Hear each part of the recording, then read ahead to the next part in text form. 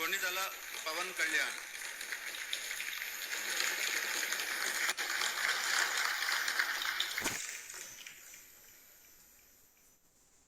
కొణిదల పవన్ కళ్యాణ్ అనే నేను శాసనసభ సభ్యుడిగా ఎన్నికైనందున శాసనం ద్వారా నిర్మితమైన భారత రాజ్యాంగం పట్ల నిజమైన విశ్వాసం, విధేయత చూపుతారని, భారతదేశ సార్వభౌమాధికారాన్ని, సమగ్రతను కాపాడుతానని, నేను స్వీకరించబోయే కర్తవ్యాన్ని శ్రద్ధాశక్తులతో నిర్వహిస్తానని దైవ సాక్షిగా ప్రమాణం చేస్తాను.